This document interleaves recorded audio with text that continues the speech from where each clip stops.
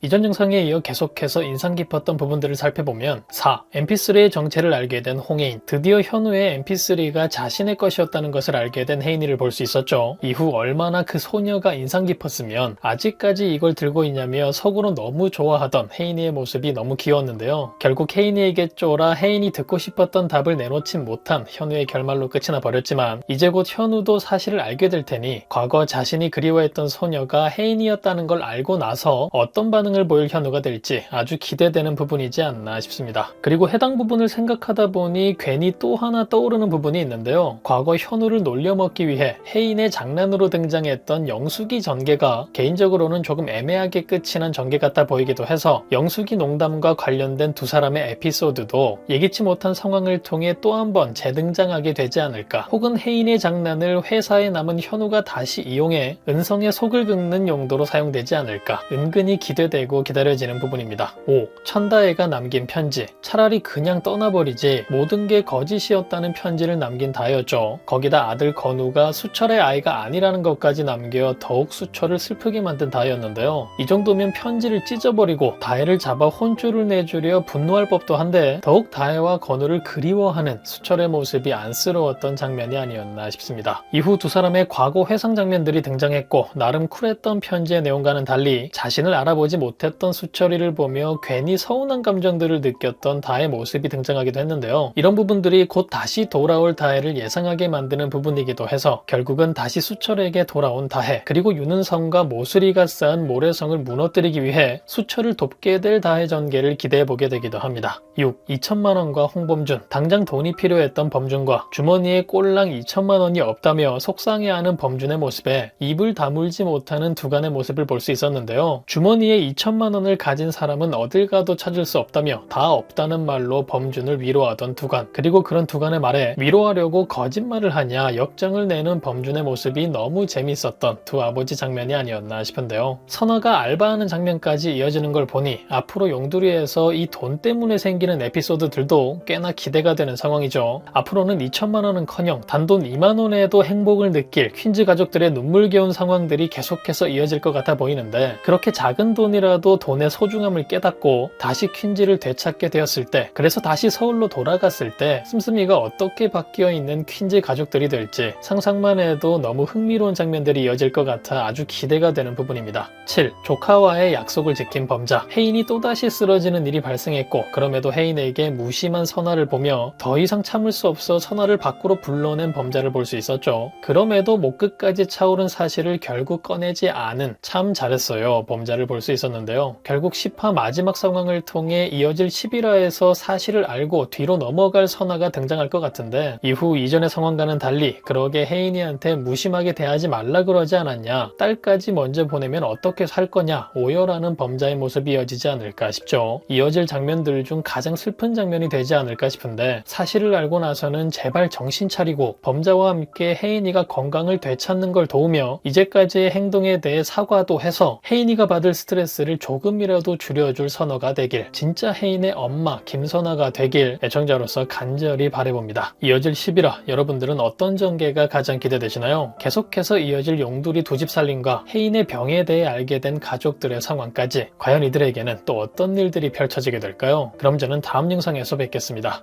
감사합니다.